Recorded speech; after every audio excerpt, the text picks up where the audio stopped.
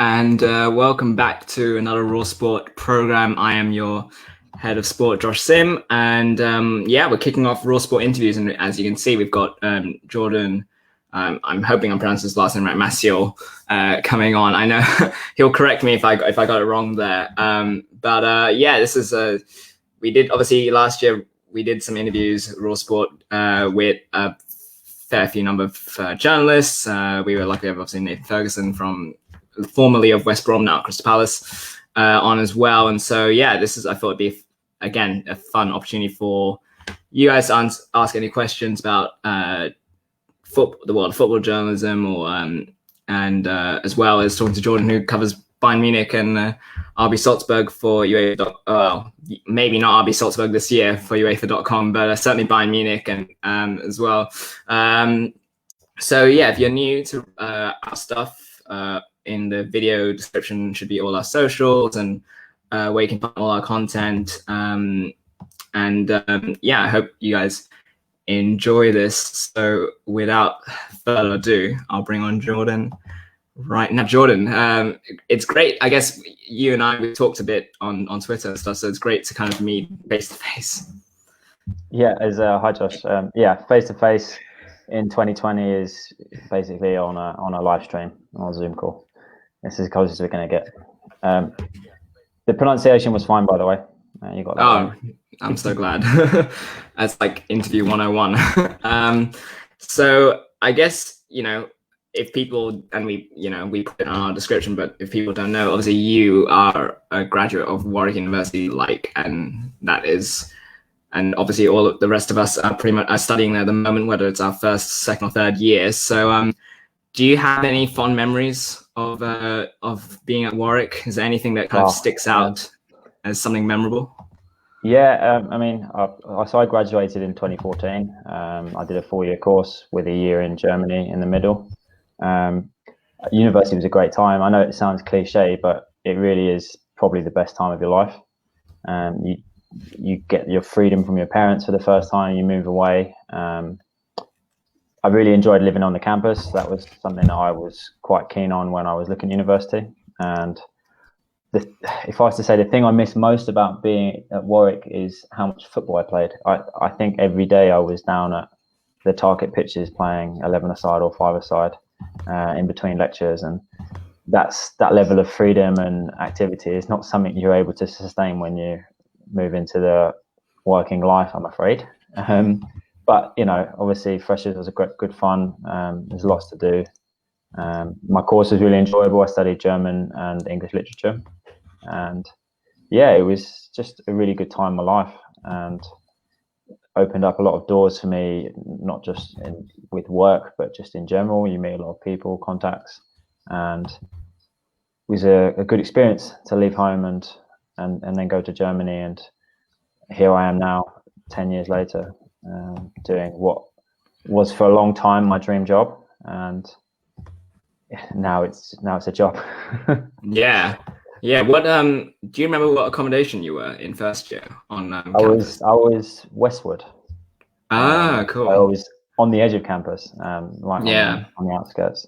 But as I said, that was perfect for me because I was spending most of the time on the football pitch, and fortunately, it wasn't so far if you wanted to get into town or onto the campus. And in final year, actually, because a lot of language students, they prefer to stay in halls when they come back rather than have the hassle of sorting out accommodation. I was in Tossil. I don't know if that's still standing. I think they were talking of knocking it down. No, this is definitely still there. Yeah. Oh, it's still there. Okay. Well, good times there as well, and it was nice to be right in the heart of the campus, and I could wake up and be in a lecture within 10 minutes, which was great. Yeah, I was in Alpha Vic during my first year, so I also had that luxury of, if you slept in a little bit, you could still probably scramble and make it in time. So exactly. Yeah, I totally enjoy that kind of privilege as well. I guess because obviously we're in week 2 of the uni term, so obviously there's some people out there, freshers, who have just started their uni experience. Do you have any advice for them in terms of because obviously, listening to you just now, it seems like you really enjoyed your university experience. So do you have any advice on how to make, I guess, most of university? I would say make the most of everything that's on offer. Try new sports. I know I said I played a lot of football. I tried other things. I tried rock climbing and I tried lacrosse. I was hopeless at it, but I went along and tried it out. Go to the societies, find a new interest or work on the things that you already enjoy. You really are quite blessed. I don't know, I can't speak for other universities, but I found at Warwick there was so much on offer for so many different people, and it was great to be thrust into that in the first couple of weeks and just try. It's great to go to the fairs and see what's out there, and it might spark an interest that you weren't aware of growing up, and it could change your life in that. Sorry, I'll just turn that off because that's going to be annoying. No worries. So just be open to try new things, especially in first year where academically you're not really tested to the limit. I definitely wouldn't recommend not paying attention in class because you don't want to fall behind for second year, and even though you don't really have to get a good grade, it's still good to build habits and learn how to learn, if you like. But definitely make the most of the time you have and all the opportunities, and don't get too bogged down with future careers either, because one thing that I think at Warwick I found was that there is a lot of pressure to be thinking about your next steps the moment you get in the door, and you shouldn't really feel like you have to plan for what you're going to do after Warwick on your first day. And a lot of people, I think, get caught up in that pressure, and it can stress you out unnecessarily. Yeah, it's I kind of echo those sentiments. There's some really good advice, and obviously, besides speaking as someone that's in the final year, obviously, it is the whole careers thing does kind of loom over you. Obviously, you graduated in 2014. Do you remember what were the first steps you took post graduation in terms of looking for a job? And obviously, we'll talk about a bit what you did end up doing. But do you remember those first steps in terms of looking for a job? Yeah, well, I mean, I was quite lost, actually. I think a lot of people will be able to relate to that. I didn't have a clear plan.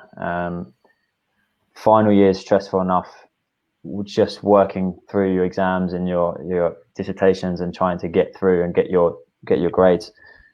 To add on the impending career on top and the pressure of finding, doing applications, going to interviews, going to career days, it was a lot of pressure. So I sort of maybe took a less conventional route and decided to not worry about that initially. I'd spent the summer in second year I'd spent in China, and I'd made a contact there at an English school. And halfway through the year, I messaged them and asked if they had any opportunities for me to come out after my degree. And my plan was to go to China for a couple of years and teach English, learn Chinese, base myself there and travel around Asia and just sort of give myself a couple of years to decide what I wanted to do. Unfortunately, that fell through 2 weeks before I was meant to fly out because of visa complications. And so I was basically stuck and fell into a sales job just to basically get some money in. And very quickly was then looking at other opportunities. And that's what brought me to Germany. When I stumbled across, I think it was on the University of London's website. They were posting for a traineeship in Munich. And I'd always been interested in sports journalism. It was something I wanted to do when I was a teenager, and moved away from that at university because I had some work experience, and saw that it wasn't necessarily as glamorous as you think. And, you can be turned off something very easily as a youngster.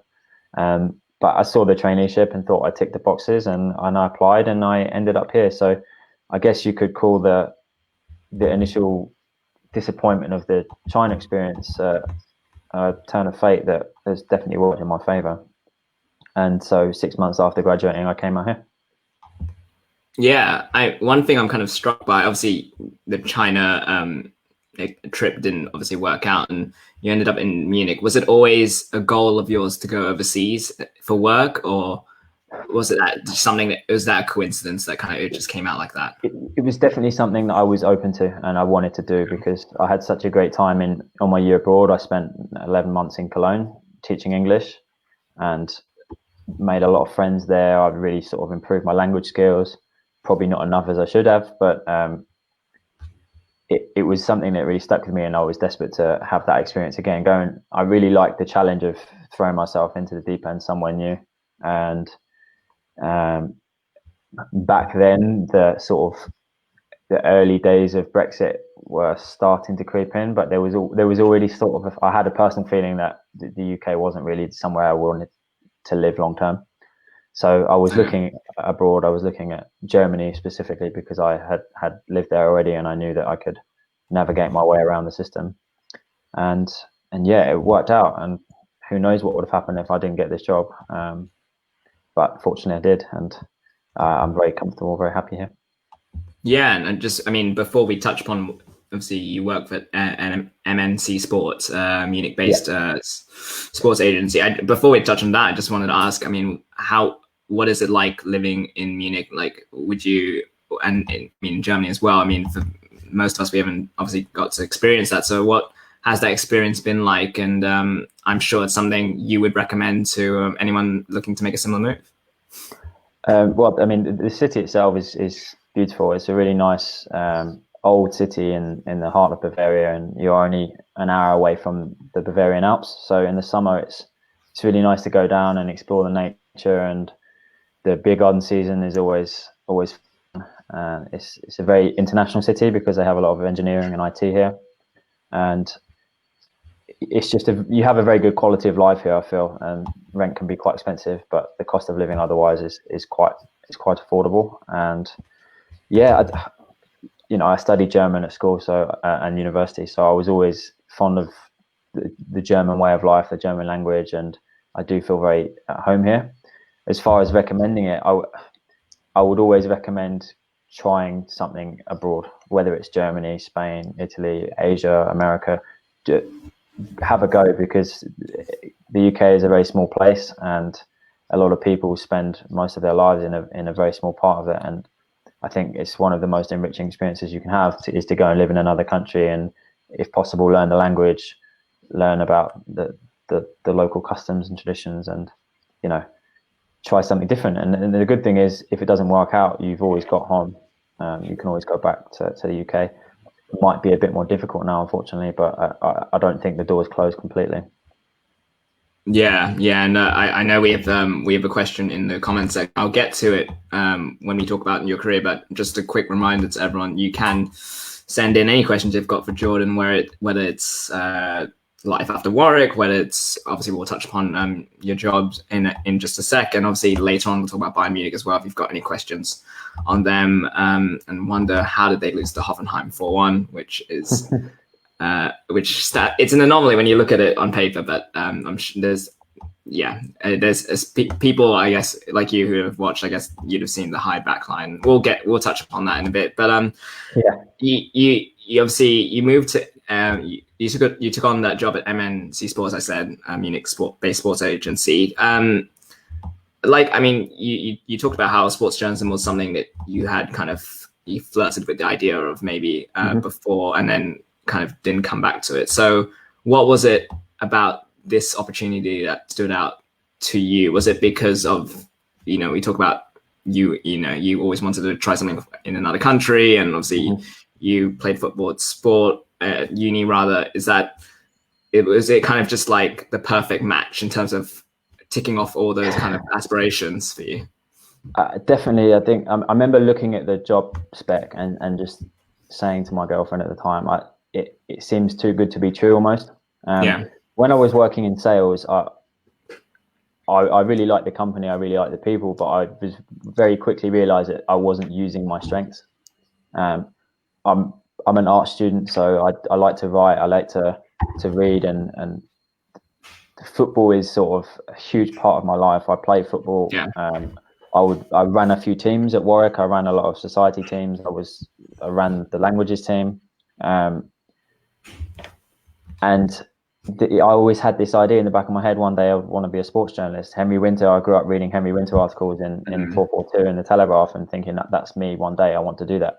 So when I saw this opportunity and on top of that, it was in Germany. So it also, I was lucky that I had the language skills and the qualifications that went with it. And it really did tick all the boxes. So I had a go, and it was an 18-month traineeship, and I learned a lot. Dabbled a little bit with commentary, like off air commentary, just to practice, because my boss is a professional commentator on radio, but wasn't really the sort of thing that I was very good at or wanted to pursue. We do a lot of social media, a lot of translation, and then eventually for UEFA, I got to sort of do stuff on my own, not behind the keyboard of a club or association. And yeah, it's worked out. It's something that I really enjoy, and fate, it works in funny ways, I guess. Yeah, and I like you, I'm a big German football fan. Was that obviously because in this country at least, it's very Premier League heavy, like a lot of coverage is on the Premier League. Did you know much about German football when you kind of took those first steps into that job? Was it something that you had a lot of knowledge of, or was it kind of something you just kind of picked up on the fly with the job? When I was on my year abroad in Cologne, me and a few guys, we did a lot of ground hopping. So we spent a lot of our weekends on the year abroad going to different cities, and it was really good fun actually, because you go and travel around Germany, especially in the northwest. There's so many grounds in the Bundesliga. There's so many teams that play within a close vicinity, and so we went to all of them, and we go and have a crack, get on the beers, and actually got tickets in the Yellow Wall one time through a friend of mine. That was quite a crazy experience, probably the most crazy experience I've had in a football stadium. And yeah, so the interest was there. I definitely didn't come here knowing the starting 11s of all 18 teams, Sure. or even some of the histories of some of the teams in the big clubs. But you pick it up, the natural interest in football is there, and the base knowledge. Everyone knows Bayern Munich. From if you're a football fan, you know about them. You know about Dortmund and Schalke, and through working intensively from the last 5 years, you obviously pick up a lot more knowledge. And I've not missed many Bayern games in that time, so I can say now I've become an expert in that team. And you follow the others as well. I don't really have a favorite team. I sympathize with Cologne because of living there, but it's a bit of a roller coaster watching them, because you never know what you're going to get. Yeah, my loyalties are with Gladbach and Freiburg for two different reasons, but yeah, those where my loyalties kind of lie. It's an exciting time to be a Gladbach fan. It Marco is. Rose has done a very good job, and it looks like things could get better. Yeah, and it feels like indeed, like the kind of so-called middle tier of the Bundesliga, it is an exciting time because there's so many teams in a similar level, kind of all with the same aspirations. So yeah, for sure, that's a really cool thing. We did have a question here. Enoch, want to know, I mean, you listed off all this kind of responsibilities you have at the moment. Is there anything that stands out that you've worked on or maybe are working on at the moment? So while the highlight of this year was supposed to be the Euros, I'm, touch wood, going to be covering Austria at the Euros next year. So this year was really gearing up to that. That was a lot of sort of preparation going into that, because Austrian football isn't something I've followed intensively for a long time. And the last couple of years I've been covering Salzburg. But that was definitely something I was looking forward to travel with the team and be part of a major tournament for the first time. I hope that will still go ahead next summer and we can have that experience still. But I would say for now, it has to be the big Champions League knockout games. Bayern have had quite a few in the last 5 years. Unfortunately, I didn't go to Lisbon because of Corona, so I missed Bayern's win there. But I've had a Champions League semi-final against Real Madrid. They lost that. There's the Juventus game in 2016 where they went behind and they pulled it back and won 4-2 in extra time to go through. Kingsley Coman, like those nights. Bayern can be criticised sometimes because the atmosphere here isn't quite as authentic, if you like, as maybe up in Dortmund. But on those nights when you've got 70,000 fans and Champions League knockout, some of the best players in Europe all playing there, it gives you goosebumps, and you really do feel that as a reporter. It's not just as a fan, like when you sit there and the teams come out and the anthem plays and you get typing away and you do feel it, and the drums and the fans. It's a really unique experience, and fortunately I've been able to have that quite a lot in the last few years, because Bayern are a pretty good team. Yeah. I mean, you touched upon it in a bit just now, but like, obviously we've spoken to a few reporters who they didn't grow up following the team that they now cover. Like it was something like they like you picked up along the way, and the interest grew from there. So what was it like? Obviously, we should mention you, obviously, so you UEFA reporter for Bayern Munich, and last year RB Salzburg, as we said. What was it like to start covering a team like Bayern, who obviously everyone has heard of, but in more detail than I guess you would have had from when you started, for sure? Yeah, sure. Definitely a steep learning curve. I actually had been, it's hard not to really follow Bayern if you work in the Bundesliga, because they're the dominant team and they have the best players. You watch their games. But definitely, I would have spent a lot of time early on learning more about the club, about the history. Who are the big personalities that you know about Uli Hoeneß and Beckenbauer and Rummenigge, but you don't know about them necessarily. So go and do your research. Go and find out about the players.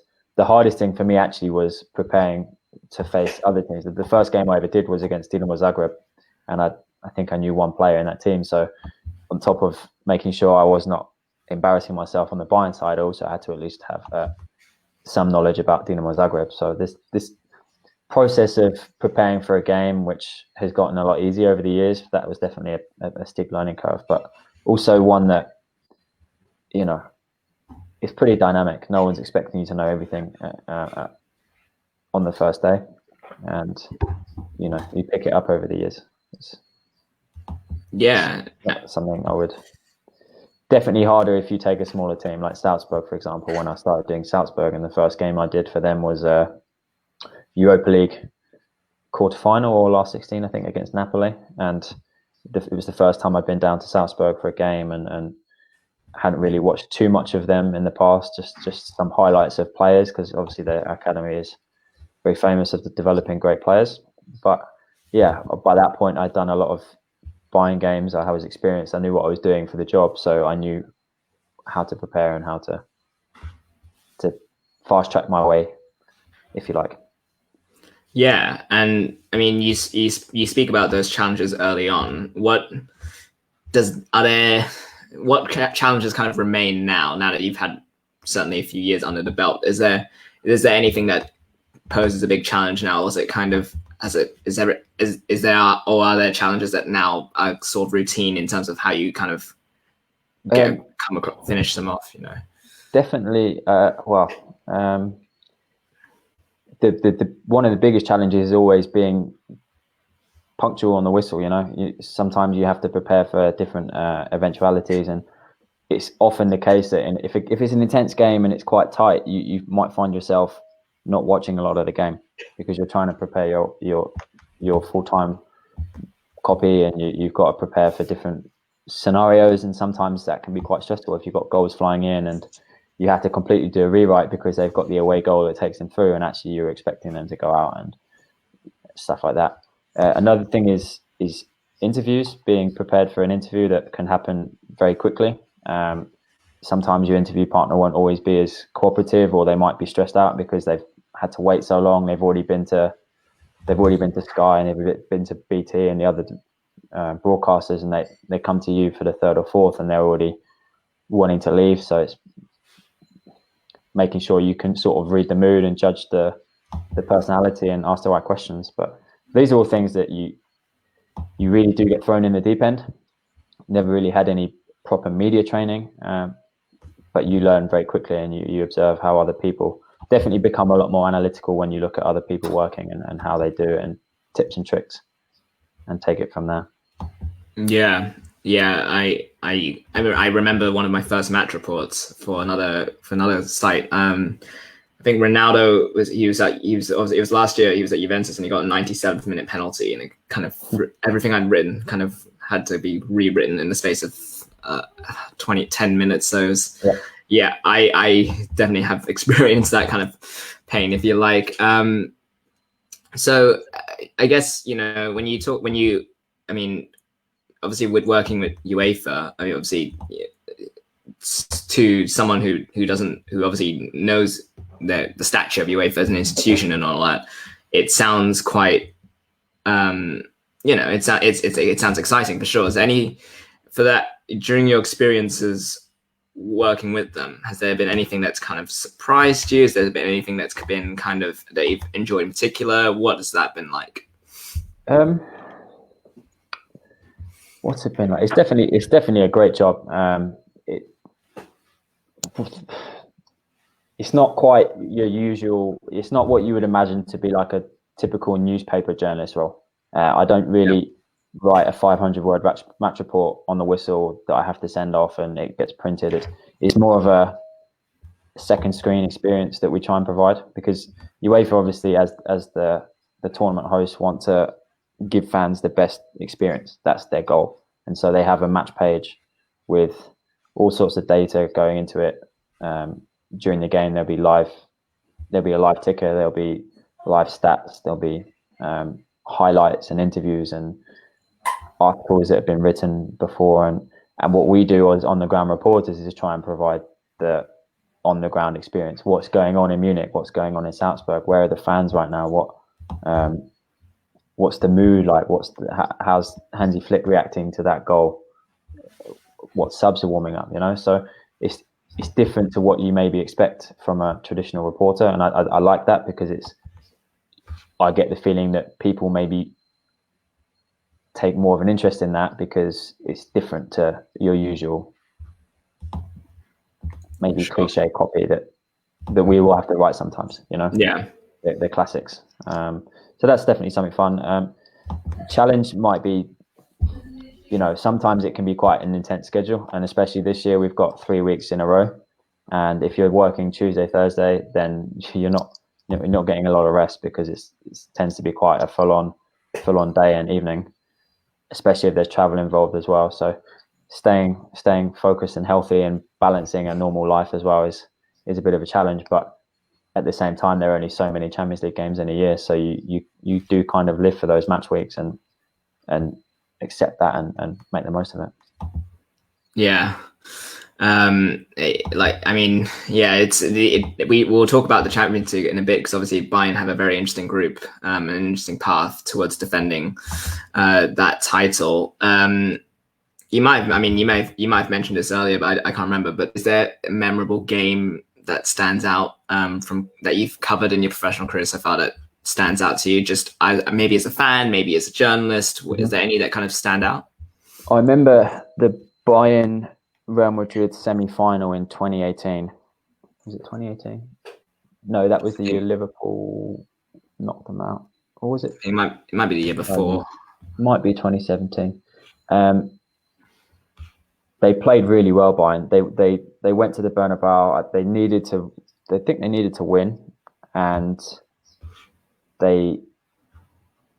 Sven Ulreich made a mistake. He made a howler and gave away a goal, but they ended up going out. And I was at Frühlingsfest. It's a spring fest. It's a beer festival in Munich, and when it's an away game, I'm typically. Are you there? Oh, it looks like I'm on my own.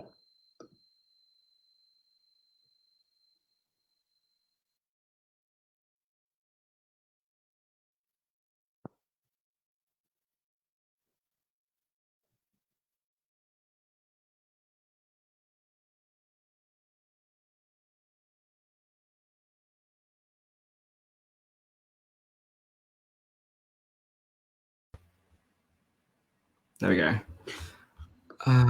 Sorry. I don't know what happened. Either the internet or something like that. You were No problem. You were talking about the spring beer festival.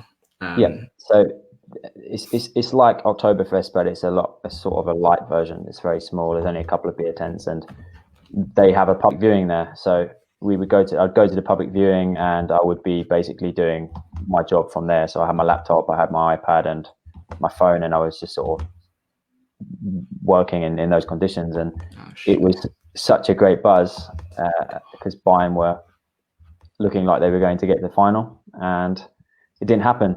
But that game really stuck out to me because they really deserved it over the two legs, and just didn't get the rub of the green that time. So that and I wasn't even at the game for that one. So it's not always about being in the stadium and experiencing it up close. Yeah, I feel like that's certainly something most football journalists right now have been experiencing from home. I mean, this will transition into talking about Bayern Munich as of now. But is there a favorite interview? You mentioned you obviously have to interview players and staff as part of the job. Is there a player that you've enjoyed interviewing? Is there an interview that you remember fondly? Yeah. I tell you, one guy who comes across really nice was Alphonso Davies. Obviously, last year was a big year for him in terms of his sort of breakthrough season in his career, and he's got quite a fun personality. I don't know if you've seen his TikToks and his social media. Like he's a really fun guy, and he's just strikes me as a very down to earth player, someone who's got his head on his shoulders and is really riding the wave and enjoying himself. So. Unfortunately, I've not had a chance to speak to Thomas Müller. I would really like to interview him at some point because he's one of my favourite footballers, and he's just such a unique player and character that I think it would be really fun to chat to him at some point. And he'd definitely keep you on your toes. That he would, yeah. I've seen his press conferences. He's quite a playful character, isn't he? So exactly. Yeah, he knows the ropes. He knows that it's the media's job to speak to him and maybe get something out of him. And these guys do have to do a lot of interviews. They have a lot of commitments. So he at least makes them more interesting. Yeah, I totally get that from watching what he's done. I guess transitioning into talking about Bayern Munich now. Obviously, it was one of the longest Champions League seasons we've seen in a while. Did you? I mean, I know you covered them pretty much from game one till obviously you weren't able to go to Lisbon, but you covered them obviously from home. Yeah. Did you have a sense that they were onto something special? That I mean, obviously it was a very chaotic year with Niko Kovac coming in, but I guess I'll give more specifically. I guess when Hansi Flick came in, did you have a sense that this was that they were going to go on to great success in a couple months' time? I mean, at the start of the season, I wouldn't have considered them in the top four favourites. The transformation from the double winning team of Niko Kovac to the treble winning team, or quintuple team now, of Hansi Flick is one of the craziest things I've ever seen in football. But they did start the campaign well. I mean, the 7-2 win in London against Tottenham was actually Niko Kovac, one of his last games. So they had started well, but I think it wasn't probably until after lockdown, Bayern were already on this huge run. They were building this momentum in the Bundesliga, and they played Dortmund off the park to pretty much lock that up. And I think that was when we'll have probably started to think about Bayern as being contenders for the Champions League. Obviously, the format change made it a bit more of a potluck competition. In the end, the best team won. There's no doubt. But the fact that it was a single header definitely made it possible for someone like Atalanta or Leipzig or maybe even finally Atletico to get over the line and get the final. But yeah, it's quite amazing what a job Flick did in those sort of 9 months, and in the end they fully deserved it. But certainly there was never a point in the season where I thought they're going to win the treble, until obviously around May, June when they steamrolled the Bundesliga and but even then, it wasn't a given. I remember saying to some colleagues that the fact that the Bundesliga had a break and the Premier League and La Liga, that those leagues carried on, would actually be a disadvantage to Bayern. In the end, that didn't prove to be the case because they managed to, Flick's such an intense coach. He managed to maintain those fitness levels and maintain the mental focus as well. That's just as important. And maybe it was the opposite, that the other teams were just too exhausted and mentally drained from such a long season. Yeah, and obviously those who may have followed Flick know he was obviously a long-time assistant for the German national team. But to many, he was very much a unknown name to kind of fill.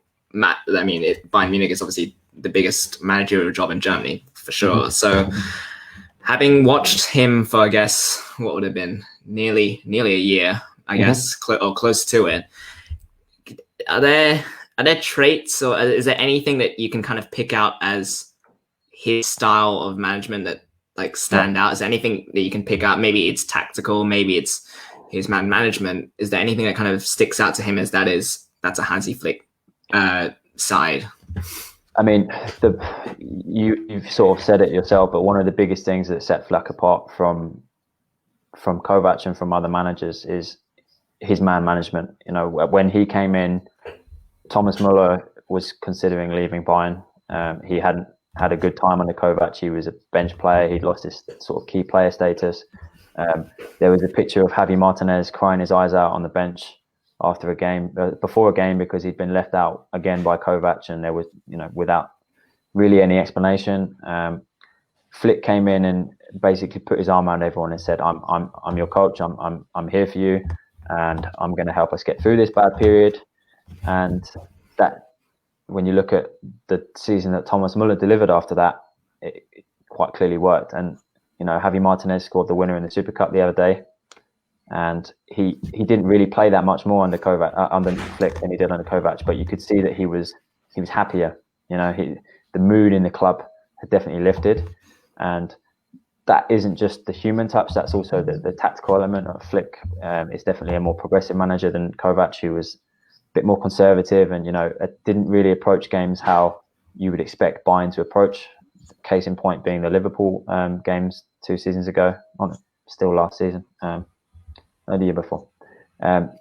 Bit too conservative for Bayern fans, for the Bayern management. They didn't really like that about him.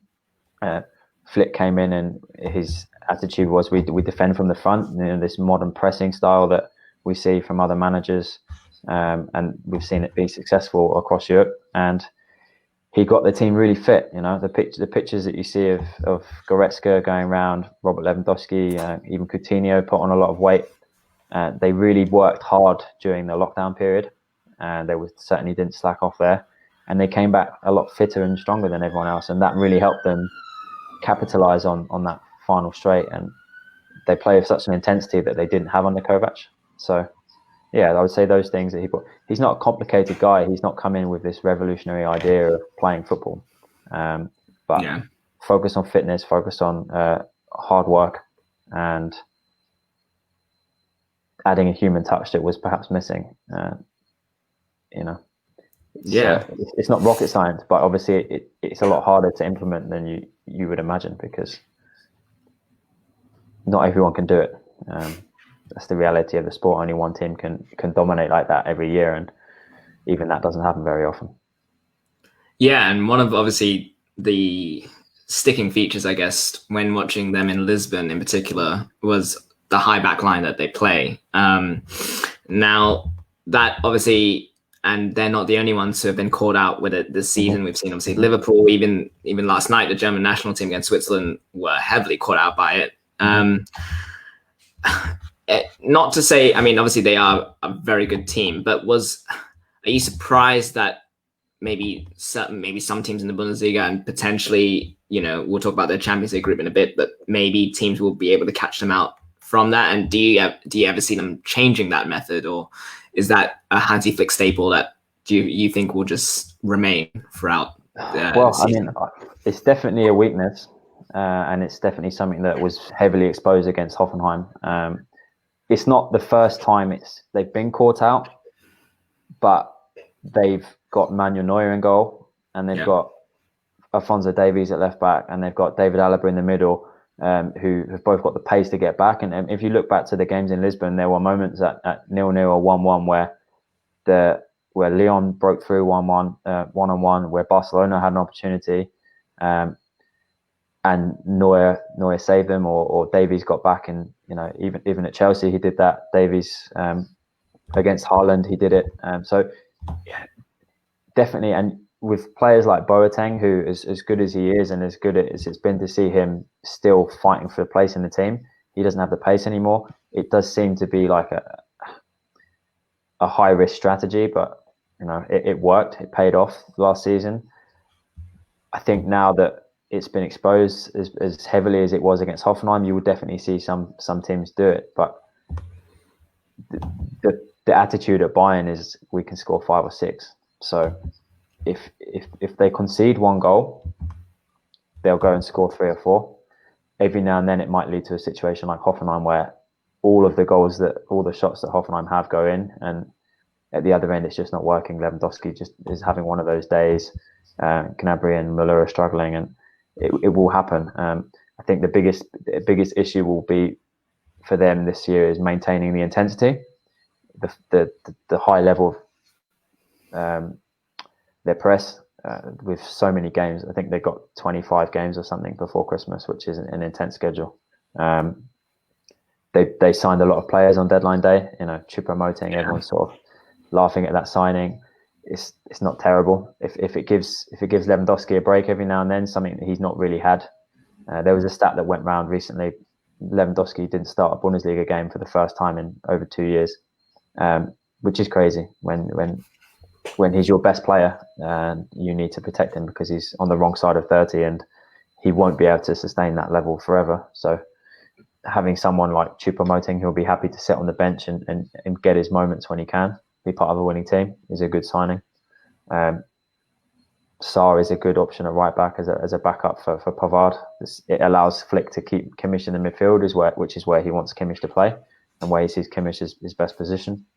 So I do think adding those depth players is really going to help Bayern, because fitness for me will be their biggest, for every team, it's going to be the biggest challenge this season. Yeah, it is certainly going to be a unique season for all teams, I guess, in terms of preparation as well. And Bayern are no different. There were a couple of things you touched upon. Obviously Lewandowski, does he still amaze you? Just out of curiosity, does he continue to kind of surprise and amaze you at his quality? Yeah, I've been saying for years that he doesn't get the recognition he deserves, and obviously I watch him every week, so I see what he does. I see that the goals he scores, that his work rate. I've also seen a change in his style over the last couple of years. There used to be a time where he would throw a hissy fit if he didn't score, where he would maybe make a joke at Robben, who maybe decided to shoot instead of passing to him. He's become much more of a team player now. Like, he takes just as much pleasure from creating goals. We saw the goal against, I think it was in the Super Cup, the Goretzka goal, where he's played it back on the turn, and then there was the other one with the Rabona for Müller. Like, he's become much more of a team player. It's not all about scoring goals. And just the sheer numbers that he's delivering is, when Messi and Ronaldo were doing that, we were talking about best players of all time. Like, Lewandowski is definitely going to go down as one of the best centre forwards the game's ever seen. And unfortunately, he won't get near Gerd Muller's record, but he'll go as far as anyone else has, and definitely one of the Bundesliga's best in my opinion. Yeah, absolutely. And obviously, we mentioned the transfer business they brought in, and obviously it does to address squad depth. Obviously, there were players who obviously left Bayern as well, and very good players as well. The big one being Thiago, who left on his accord, if you like. I guess his reasons to seek a new challenge. Obviously they've signed Mark Roca, I guess, to replace him in that role. But what impact did he have on Bayern? And what does he leave behind? I guess, what does he take? What kind of skills does he take away with him that Bayern then felt they had to solve with the Roca signing? Well, Thiago, in my view, is irreplaceable. He's on his day when he's fit, he's in the top 3 midfielders in the world. And Bayern were lucky to have him through pretty much his peak. He's definitely still got a few years left in him. I don't buy into the whole injury over the hill argument. I think Thiago is going to be a great signing for Liverpool. And in some ways, the qualities that he had, the way he can pick a pass so quickly, he's the way he reads the game, and he makes things happen at a much quicker rate than Kimmich or Goretzka will do. The flip side of that is that Bayern won the treble playing with Kimmich and Goretzka. Thiago missed a lot of the season, and they made it work with Müller in front of them. The three worked very well. He's also a personality, like the last eight years have been they've had this Spanish core in the team, and that's slowly moved on now. Martinez ended up staying. He was going to leave, but they ended up keeping hold of him. So they've still got Martinez there, and he'll be a good figure for Rocco to look up to and to help settle into Munich. Let's see. I don't think anyone's expecting Rocco to come in and replace Thiago immediately. Sure. But certainly from what I've heard, the sort of player he is, Xavi Alonso has been named as a player that he plays similarly to, and he had a pretty good time here in Munich as well. So let's see. I think for now, Kimmich and Goretzka are the main two, and that's he likes those players. He likes his German core, and they do work well together. They're best mates off the pitch, and with Müller in front, I think that's a good midfield. And let's see how many games Rocco can get. As a rotation option until maybe next season where he can get more games. Sure. Yeah.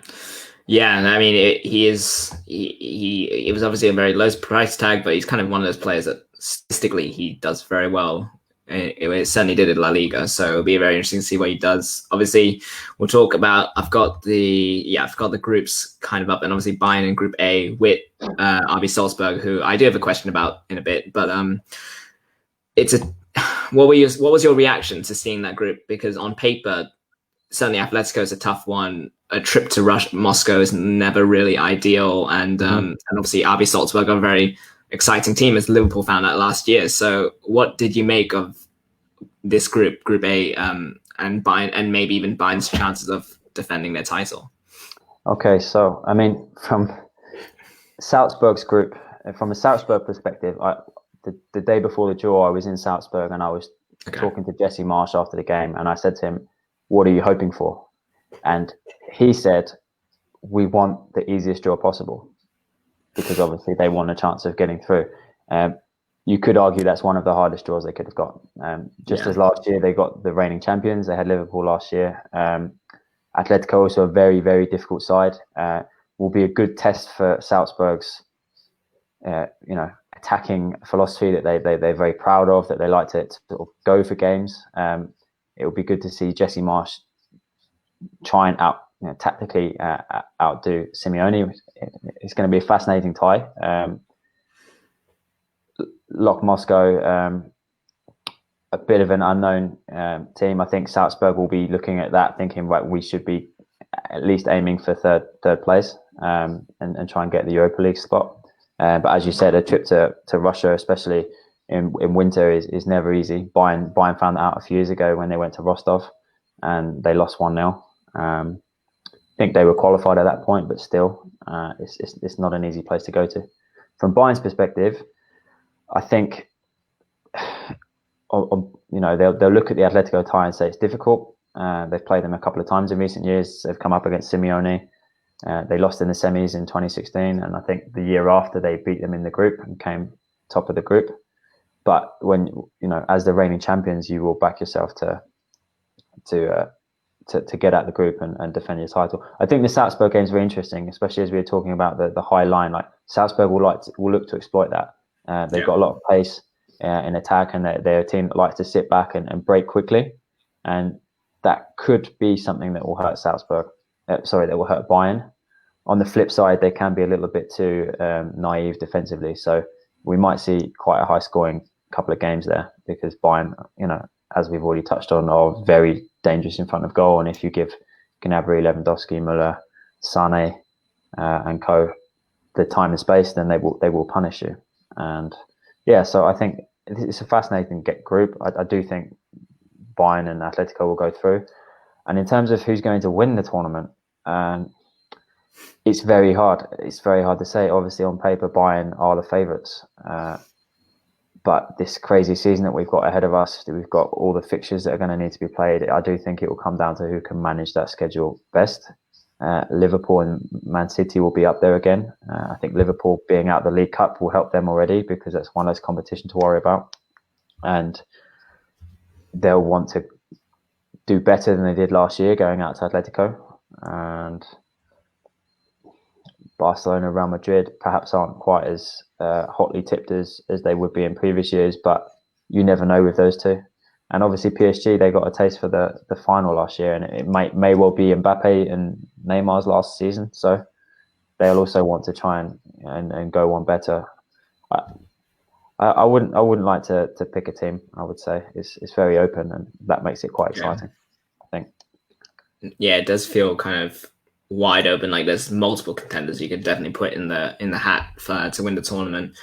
I mean, we mentioned Salzburg, and I did want to ask you, because obviously, as you touched on, Jesse Marsch, American coach who's done extremely well since taking over from Marco Rosa, and obviously some very exciting talent there. I mean, for those who don't kind of watch RB Salzburg that often, what is the attraction, I guess, to watching them on a more regular basis? Like, what is it that kind of excite people as they do many fans across the continent? I mean, they do play a very exciting, attacking brand of football, and I understand that perhaps the Austrian Bundesliga might not be for everyone's taste, and it's a very one-sided league. And last year they were pushed until lockdown by Lask, who eventually fell away. But Salzburg's monopoly on the Austrian Bundesliga makes that perhaps not the favourite league to watch. But if you look at the way they played in the Champions League last season, and they had great players like Haaland, who made his breakthrough in the 6-1 or 6-2 against Genk in the first game, Minamino, who ended up at Liverpool, Hwang, who's now at Leipzig. They had these really great, fast, explosive players who no one had really heard of, no one really knew about. But they came onto the Champions League, and they just had this fearless approach to the competition. You know, it's the first time that they played as this new club, and they scored goals. I think they were one of the highest scorers in the group stage. So that for anyone who likes watching football, that's an immediate attraction. The game at Liverpool that finished 4-3 to Liverpool, they came back from 3-0 down, nearly got a point, but then conceded. And this is why I touched on maybe a little bit of naivety, that when they get back into that position of being taking a draw home from Anfield, they other teams might close shop.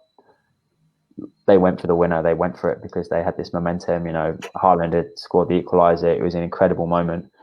We've seen that viral video of Jesse Marsch giving his halftime team talk as well.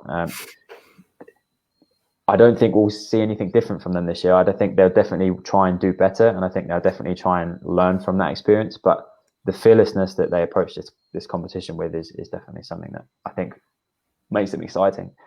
A bit, if you like Atalanta, who also were great to watch last season and should be again this season.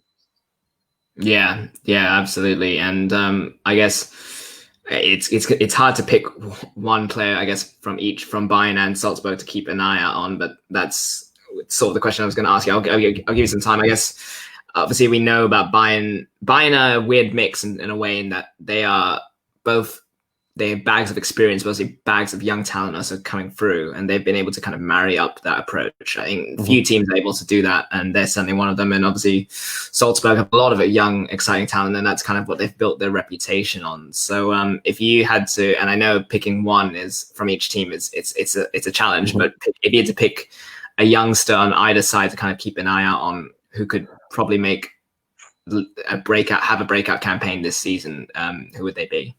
I think, well, from a Salzburg perspective, the one that everyone will be watching is Dominik Szoboszlai. He scored that free kick. He scored a great free kick for Hungary in September in the Nations League. Almost Beckham-esque, 30 yards out, and he bent it around the wall into the right hand side, and he's definitely become their main talisman now. They lost a lot of players last year. He's the one that steps up and delivers in the big moments. He scored 2 penalties in their qualifier against Maccabi Tel Aviv, and he was linked with a move to Bayern in the summer. So definitely in this group, it will be a player to watch. From Bayern's perspective, you mean like a youngster, up and coming player? Yeah, I guess. I mean, obviously, for those who follow Bayern like you and I do as well in my spare time, there's a lot of 17 to 20-year-olds kind of on the cusp of making a first team breakthrough. And I guess that's right. Name in that kind of range, if you like. Well, I mean, Joshua Zirkzee made a breakthrough last year and actually was quite pivotal to Bayern winning the Bundesliga. He won them a lot of points with some crazy last-minute goals at the end of November, December last year. Remains to be seen how much game time he'll actually get now that they've signed Choupo-Moting. That signing maybe sort of signaled that he might not play as much. He was maybe linked with a loan on deadline day. They also have Jamal Musiala, who is England under-17 international, born in Germany. He sort of has the option to play for either country. He's been involved in the first team through pre-season, and he's been in some of the matchday squads. Scored his first Bundesliga goal a few weeks back. And Chris Richards is another one who's sort of on the brink. So I think those are the 3 names that people will want to be looking out for. But I wouldn't be sure that they would play so much in the Champions League. Maybe against Moscow, but certainly not against Atletico. Injury dependent, because the first 15 players in the Bayern team are all very strong. They've got so much quality, and traditionally, I think that they tend not to use the youngsters unless they need to, or if they have a dead rubber where they can rest some players.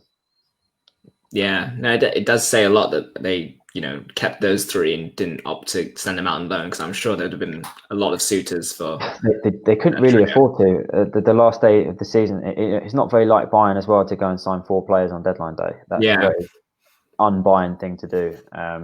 But I think this year, and Hassan Salihamidzic said it the other day, the sporting director, that this year with this schedule, it was a necessity to have to bolster the squad and to bring in reinforcements, because there's going to be so much football, and that means that we will see these youngsters. We're going to see these young guys play.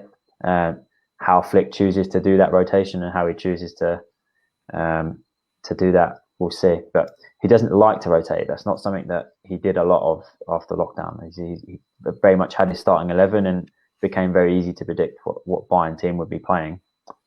This year sort of is a very different circumstance because of the heavy fixture list. Yeah, it's again, as we said, it's a unique season, and certainly games will be piling up. And obviously, international break, you don't know which players might come back with COVID, which ones might not, and so I can imagine it is chaos in terms of that sense. Obviously, we're kind of coming close to the end, so I guess I do have one final question, and it will kind of bring it all full circle. But I mean, there's obviously we have people on our team who are looking to break into sports journalism, myself included, for sure. Is there anything you would recommend, or any advice you'd have for people like us trying to also get into that industry? Maybe based on, I don't know, your experiences, or is there anything that you would then recommend to people? I mean, as you're aware, I'm sure your colleagues and your friends are aware, it's a really competitive industry. It's one of the things that made it very difficult for me when I was a child to contemplate, is how hard it is to break into it. Millions of kids grow up wanting to do this job, and the good thing about the digital age, with social media, with different types of media that are, this being one of them, this live Facebook interview is not something that you would have heard of 10, 15 years ago, but this does create new opportunities. So I would say be open to trying different things. Don't think that the traditional route is the only route. I definitely didn't take the traditional route. I didn't go to journalism school. I didn't have a formal education in that sense. in practical sense, I would recommend learning a language. I think if you look at some of the top journalists in Europe, and I hope to be there one day, I wouldn't put myself in that anywhere near that bracket, but I'm fortunate that I do have a second language, and that definitely opens up doors, because what I do now to break into that, the opportunity I had in Munich, I don't think I would have had in the UK without having to work for free for 12, 18 months, which is not something that I was able to do financially. So having a language does open up more doors. It does open up different countries and opportunities. And if you can specialize in a different, specialize in a different league that isn't necessarily the Premier League or something mainstream, then you're also going to create opportunities for yourself. So try and do something different. Try and be a unique proposition rather than someone who maybe is just looking to work for the Guardian and write on the Premier League about Man United, or not that doing that is a bad thing. No. Yeah. I've certainly. That's also. I mean, it's similar to things I've heard for sure. So it's that all certainly rings true. That we're coming up. That will kind of do it for us. So my thanks to you for coming on. Thanks for having me. Yeah, we've put your Twitter and this kind of ticker thing. So I guess if people want to follow your work, I guess they can just follow that. Am I right? Yeah, absolutely. I'll be on duty this evening for Austria against Romania in the Nations League. So that Romania beat them 3-2 in Vienna. So the Austrians are out for revenge tonight. And it will be a first trip to Romania before the Euros next year. So it's going to be an exciting game for them. And they've got some young players. Romania are very good, actually. They played quite a nice game last time. But they are struggling a little bit after losing their playoff last week. Yeah, both sides have got some talented youngsters on their side. So that's a really... Austria, if people are, I was going to say, if people are struggling to find a game. Yeah, if people are struggling to find a game, they should definitely watch that one. It will be more exciting than England. I don't have a strong attachment to England, so I echo those sentiments. So yeah, as I said, thank you so much for Jordan for coming on. Hopefully over the course of the term, we'll bring together some interviews with people either from the sports journalism industry, from sports societies in Warwick. That's the goal. So hopefully we can do that. And yeah, we'll be back with the Quarren stream talking, I guess, previewing the next round of club football on Saturday. So thank you to everyone who's watching, and we'll see you in a bit.